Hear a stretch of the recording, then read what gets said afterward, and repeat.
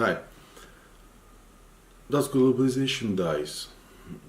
This is one of the article and the topic that I have been seeing in the social media for the last, I would say, 6 months to 1 year, very much. And the problem with globalization is why everybody thinks it's dying. Because actually it's not dying, and globalization will exist for as much as world exists. But globalization change its structure. The Daniel's famous trilogy states that if you want to run your country or administer a state, you have to choose 2 out of 3 item subjects as below: globalization, nationalism, and democracy. And now we are seeing that almost all states goes for nationalism, including democracy, as much as they can, but not globalization, and that's why the topic is hot. So we want to now give you a projection what might happen since the world is now going in that period, and what might be the effects on Turkey. As of today, Turkey has a little bit bullish, I would say, relations with the United States, including European Union, but very much has a good relation with Russia and Iran. And the trade volume is decreasing. The Turkey has a bad economic indicator, or had a bad economic indicator in 2018. There is a crisis that we can't name it exactly. But the projection shows that the recession, I will call it, or stagflation, they might also call it, will remain during mostly in 2019, and any recovery might commence with first or second quarter of 2020, meaning that within 2019 the economy will be declining. There are a lot of reasons why the economy is declining, but at most it's about the manufacturing industries and other industries that's not performing well. Turkey has been borrowing a lot of money from investors. It needs, I would say, 30 or 40 billion per each year at least to survive or to remain intact. But we can't receive these funds due to some structural reforms that's required by, I will say, United Nations or not United Nations, but sorry, European Union and the United States. Now, since we can't receive these funds, the economy can't perform well. So what will happen? Now we have been seeing that Turkey is only investing in the, I would say, infrastructure projects, which is like bridges and roads and railways. Now, I am not going to debate that it's a very bad, but there should be a weight between the manufacturing manufacturing industry investments and, I would say, infrastructure investments, because infrastructure investments only enable you to logistically transport your products from A point to B point for trade purposes. Unless you do not produce anything else, manufacturing industry will be left with nothing. Now, as of today, government is trying to,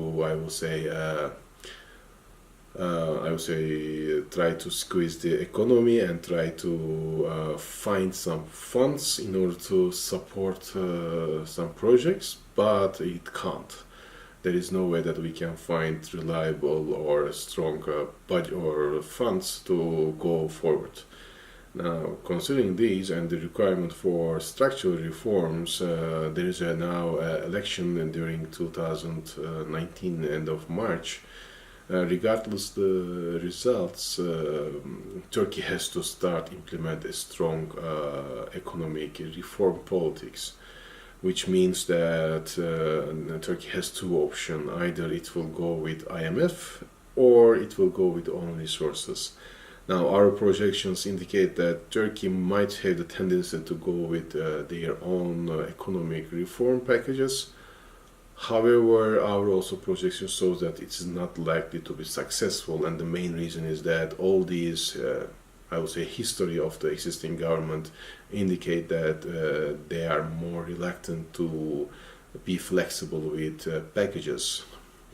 Now, considering the attitude of recent administration against to IMF or World Bank, they might be reluctant to borrow or ask any fund from IMF. But IMF's or World Bank's existence in any kind of economic reform program is not going to help the economy directly, but is going to at most help the investors to establish the trust that has been lost for a long time. And if Turkey is not going to establish this trust, then there will be no fund coming to Turkey. Now, within IMF, as most economic people are writing and discussing that it might take 1 year or 2 years to recover. Unfortunately, we do not predict like that, because within even IMF's recovery program, if it happens within 2019, at least in the second half, it will take at least 3 to 5 years to recover for the Turkish economy. And the main reason is that the Turkish economy, our IMF's role is going to be at first, as we know from the all IMF's packages, is going to collect the money that has been given as a loan to Turkey at first. Meaning that within 3 months to 6 months they are going to collect all the money and distribute or grant the money back to all these people or states or unions that we have borrowed before. Then Turkey is going to start establishing all these economic reforms, meaning they are going to renew the machines or the equipments in the existing facilities. They are going to start construct new facilities for manufacturing industries, and then it will take place another 1 or 2 years to take the products as efficient and then distribute to a global market. And now I'm talking if everything will be okay within global market, meaning that from now on, if IMF package will be preferred by the, I would say, Turkish administration at the moment, it will take at least 3 to 5 years to recover. Now, if not, our projections indicate that there is a great likelihood that the packages will fail because of the flexibility that they show to businessmen or to their preferred, I would say, trusted companies. And that's not going to help them, because it has never ever been the intention of or helping the state or the nation in terms of economy. So if that will happen, it's going to only buy some time. I will estimate 1 year to 2 years at most. But then there will be an economic crisis, and then it will be IMF or World Bank or any other institution that will be called for funding Turkey's economic problems.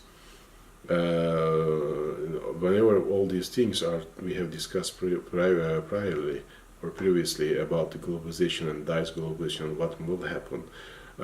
Turkey will have some hard time to establish bilateral agreements, considering that the defense industry is establishing a strong presence in the global market. It will not only help the Turkish economy to recover. We need the manufacturing industry to be competitive as much as also productive in order to help the Turkish economy to recover. But we can't. And considering that between 3 to 5 years, we only predict that the Turkish economy will be weakened, and it will not likely to recover very quickly, as has been discussed and debated by most national economic writers or professors. We strongly believe that it will not happen very quickly. Therefore, the dying globalization, or the rectification of the globalization, is going to have a bad effect on Turkish economy for 3 to 5 years from now on. So our projections already indicate that Turkish economy, yes, it's going to be strong still, and it's going to recover, but not in 1 year to 2 years, even if IMF will be here, but it will most likely between maybe 4 years to 5 years at least. Thus, meaning that the political way and the economic, I would say, administration of Turkey will be affected greatly, and there will be some kind of political consequences for the administration, which will also start shaping the region's politics after that shortly.